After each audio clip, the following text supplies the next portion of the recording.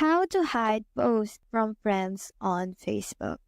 Now let's say you want to hide the post that you have on your Facebook account to your friends.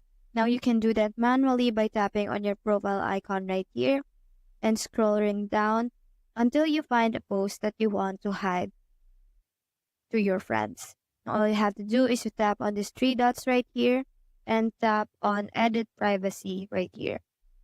Now, in order for you to hide this specific post to your friends, all you have to do is to tap on only me right here so that only you yourself or the account holder itself will be able to see the post that they have posted on your Facebook account.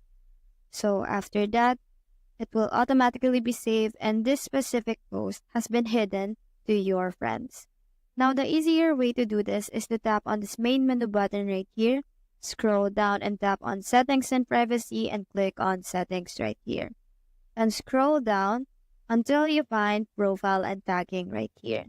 You just have to make sure that everything is on only me,